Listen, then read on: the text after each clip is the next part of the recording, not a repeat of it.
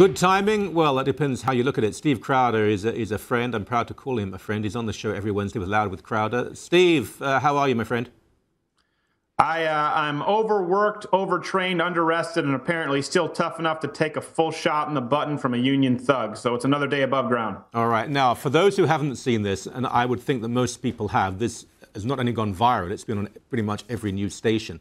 We're going to see now a minute and a bit of what happened when Steve was in a completely non-violent way interviewing union protesters in Michigan. You'll hear a lot of bleeps because there was some quite bad language, but it's about 1:10. Please watch all of this now. What is it about right to work that you oppose so much? Whatever I oppose about right to work is because it's the freedom to freeload. They can suck all of the parasitical benefits and the hard wages that unions have negotiated, and they get it for free. Already destroyed one tent. Leave the tent alone. Get the out of my face! Don't tear down the tent. Get the out of my face! You hurt a lady in there. You're addressing me. I ain't hurt nobody. You hurt the out of my face! Back the up! Stop tearing down the tent. Back the up! Okay.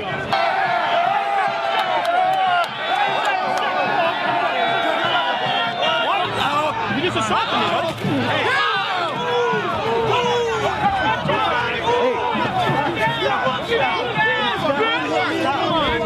He's got a gun! We don't want anybody to get hurt. I'll kill a motherfucker with a gun! I killed 20 motherfuckers with a gun! Hey! Leave alone.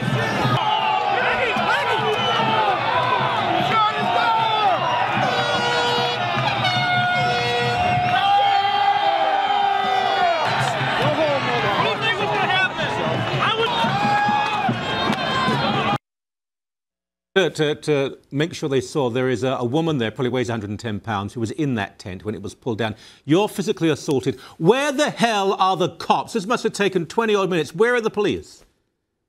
I don't know. You know, this is the first time. Actually, I've never really watched tape since uploading it.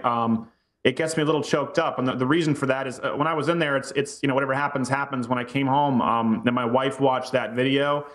It was literally like she was physically being hit herself. Every single blow, she just was just crying and uncontrollably, just convulsing. And I never want to do that again. I never want to put her through anything like that. There were no cops. This tent was destroyed, was torn apart. It's like a scene out of The Dark Knight Rises. Michael, you expect Bane to walk in and say, "Lansing is yours, do as you please." That's what was going on here. It took about 20 to 30 minutes for these people to destroy and take apart a tent. By the way, for the second time, and no police officers were to be found. As a matter of fact, I'm trying to file a police report by phone because after the assault, I couldn't find any, and the unions circled me and taunted me on my way back to the car, which, by the way, I also have. People are demanding for full, long footage for context. If the hours, more hours than you could ever watch in a lifetime right now that you can see from cell phones and iPad cameras isn't enough, I have plenty more where that came from, so please challenge me on it.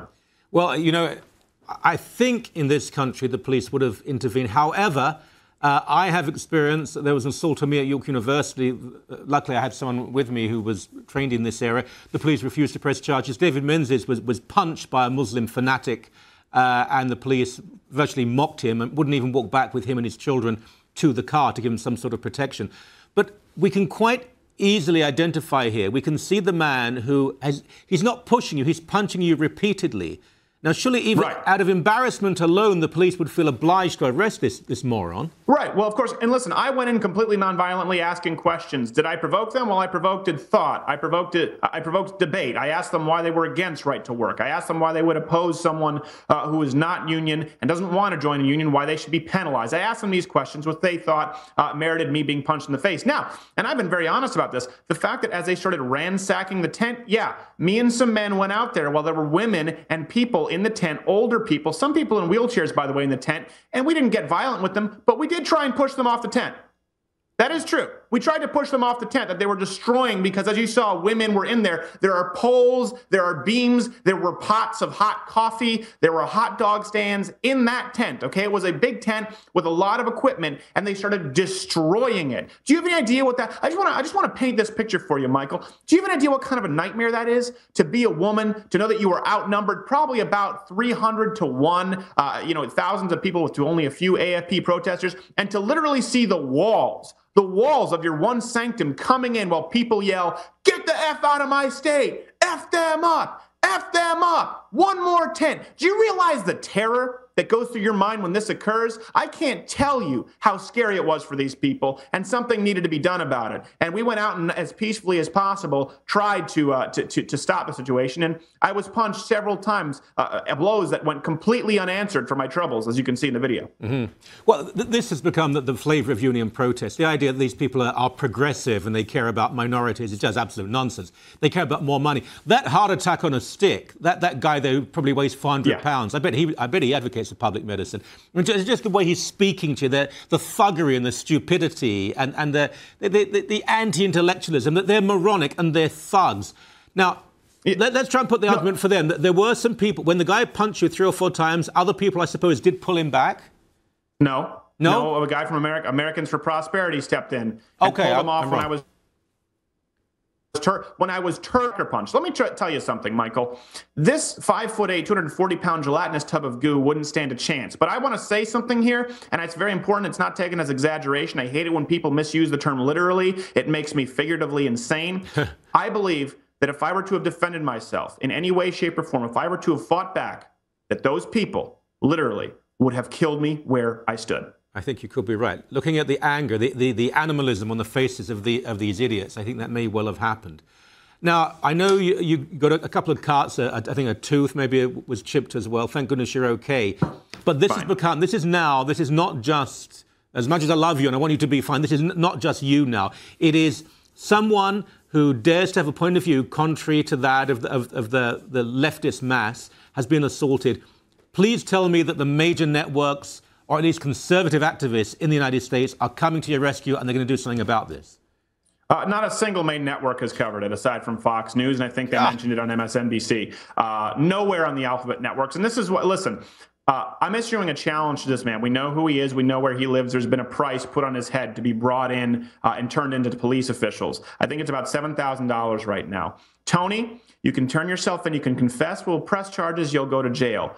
Or if you want out of jail and you sucker punch people, you like to play tough guy, I will offer him to face me one-on-one in a legal, sanctioned, mixed martial arts bout in Michigan. And if he wins, I will match the price on his head and personally give it to the union of his choice. So, Tony, the choice is yours. Go to jail or face me in the People's Octagon for charity, one-on-one like a man. Is that his name, Tony? His name is Tony, yeah. Do you know his surname? We know who he is. We have his full name. Okay, but you're not going to... I'm giving him a chance to come out and do the right thing. It's a slim window here. It's a small window. He can do the right thing. All right. I mean, I disagree with you about this idea of fighting for charity. I believe in the law. I believe he should be charged. He should be incarcerated. And I think that is clearly... Is it first offense? We have no idea. It may not be. Then he must... He's a union guy. I very much doubt it's his first offense. Steve... It is not unique. It's happened to other people. This is now becoming almost routine when it comes to... I report at these demonstrations. I haven't been physically attacked. I've certainly been pushed and shoved. It intensifies. The police sometimes are there. Sometimes there are no cops at all. They're busy out giving parking tickets and asking for more money. But look, we're going to have you on next week. If anything breaks before then, we'll have you on earlier. So please keep in touch with us. Thanks for your time. Appreciate it. Thank you so much. God bless.